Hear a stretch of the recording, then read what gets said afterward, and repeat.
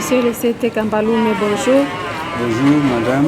Oui, nous vous interrogeons aujourd'hui par rapport à la journée de la population.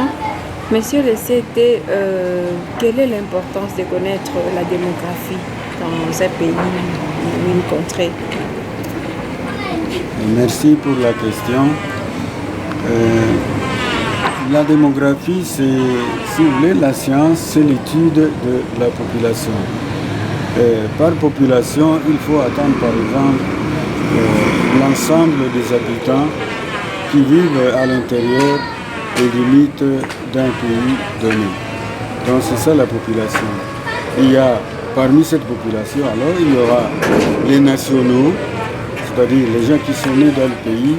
Il y aura aussi les étrangers qui viennent de l'extérieur et qui vivent avec les nationaux dans ce pays-là. C'est ça la population. Donc la population, ce n'est pas seulement les natifs, les enfants natifs du pays, ou ceux-là qui peuvent dire que c'est leur patrie, mais il y a aussi d'autres personnes qui viennent de l'extérieur et qui choisissent par exemple notre pays comme leur seconde patrie. Eux aussi font partie de la population de la RDC. Donc, alors, cette population, connaître cette population, c'est important. Parce que, en fait, qu'est-ce que nous recherchons dans la vie? Chaque nation qui est moderne, qui est sérieuse, qui cherche le bien-être de sa population, elle ne peut viser que ça. Elle ne peut viser que le bien-être, le bonheur de sa population. Donc, il faut que la population travaille pour que le pays puisse se développer. Vous voyez par exemple les différentes actions que l'on peut mener pour assurer le développement d'un pays. Ce sont des actions qui reposent donc sur cette population. C'est en fonction de cette population-là que toutes ces actions peuvent être menées. Alors, on peut donner peut-être 1, 2, 3 exemples. Prenez la vaccination. Lorsqu'on doit vacciner les enfants, mais il faut qu'on sache combien d'enfants naissent dans cette région-là ou dans ce pays-là pour que l'on puisse prévoir et assurer la couverture vaccinale de toute la population. Donc, si on ne connaît pas les statistiques de ces enfants qui naissent dans un pays, ce serait difficile de faire une prévision également en matière de vaccination. Il en est de même, par exemple, même pour l'économie. Oui, l'économie elle-même. C'est l'homme qui crée l'économie, c'est l'homme qui fait l'économie. Donc, si la population ne travaille pas, il n'y aura pas d'économie. On peut parler même des impôts. Pour lever les impôts, pour savoir, pour estimer plus ou moins, si on payait par exemple ce qu'on appelle l'impôt per capita, par tête, donc à ce moment-là, il faut connaître le chiffre de population. Alors, l'armée pour recruter les militaires, pour la construction des écoles, les hôpitaux, les routes, tout ça, on doit tenir compte de cette population.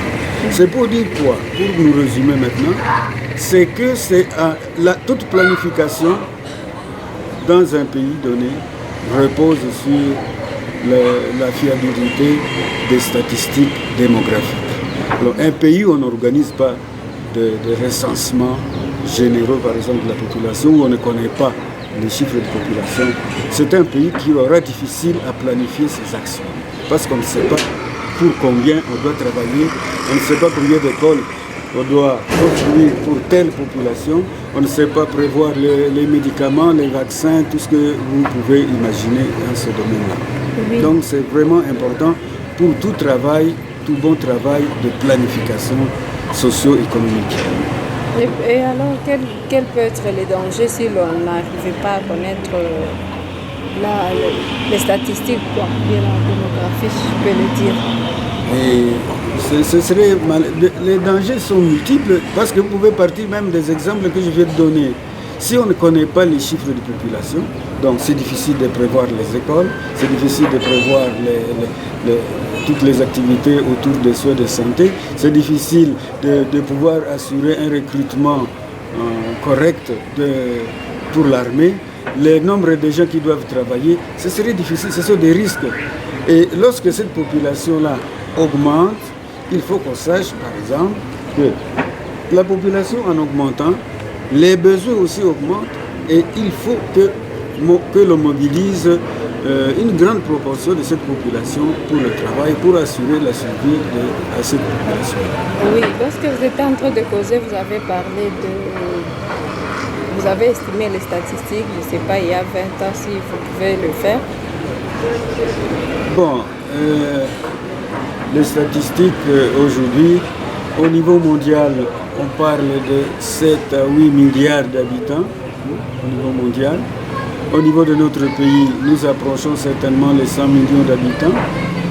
Donc ça veut dire qu'il y a des nouveaux problèmes. Lorsque la population augmente, des nouveaux problèmes naissent. D'abord, le nombre de bouches à nourrir. Il faut nourrir cette population-là. Il faut trouver du travail à la population qui doit travailler. Et cela se fait aussi sur base de statistiques. Hein. Il y a des problèmes d'éducation pour les enfants qui naissent. Hein. Donc, tout ça, ce sont des problèmes. Il faut vêtir toute cette population-là. Ça dépend donc, vous voyez, la population, les statistiques démographiques, c'est vraiment important dans la vie, dans la planification de la vie, des activités socio-économiques d'une population. Oui, et toujours dans cet angle, qu'est dire alors de cas de vagues de déplacés, ce qui est en train d'arriver ici à Butembo? Est-ce que ça aussi, ça ne peut pas engendrer beaucoup de problèmes, comme vous avez dit? Ce sont des problèmes avec le déplacement des populations, de déplacement à l'intérieur comme à l'extérieur du pays. Ce sont effectivement des problèmes. Et ces déplacements, vous voyez par exemple pour notre pays ici, c'est lié à l'insécurité que nous avons dans les milieux où ces gens restaient. Tous ces milieux-là sont aujourd'hui affectés par les groupes armés qui créent de l'insécurité dans des villages, dans des milieux ruraux. Et les gens vont là où ils pensent qu'ils peuvent avoir un peu plus de sécurité, notamment dans les villes. Et alors les conséquences sont très graves parce que tout ce que nous consommons comme nourriture vient de ces campagnes-là, de ces villages, de ces milieux ruraux-là. Et maintenant que ces milieux ruraux sont abandonnés par les populations et on vient se concentrer dans la ville, mais on n'a rien à manger dans les villes. La ville ne produit pas des aliments. Hein. La ville ne produit pas les haricots ou les bananes. Il faut que ça vienne des villages. Mais maintenant que ces villages sont devenus des déserts, c'est infecté, c'est habité actuellement par les groupes armés. Alors, la population a fui et nous avons faim dans les villes. Et quand ils viennent se concentrer ici, c'est tout à fait normal que dans les villes maintenant, vous avez la criminalité qui va aussi augmenter en ville parce que tous ces gens-là, ils aspirent à la survie. Mais où trouver justement les moyens pour subvenir à tous ces besoins? Ça fait un problème. Et il y aura des chégués, il y aura des koulouna, il y aura toutes sortes de catégories d'enfants qui ne font rien, des gens qui ne font rien, mais qui ont effectivement droit aussi à la survie, même s'ils ne font rien. Mais c'est l'État qui doit maintenant essayer de voir comment trouver des solutions aux problèmes de tous ces réfugiés-là.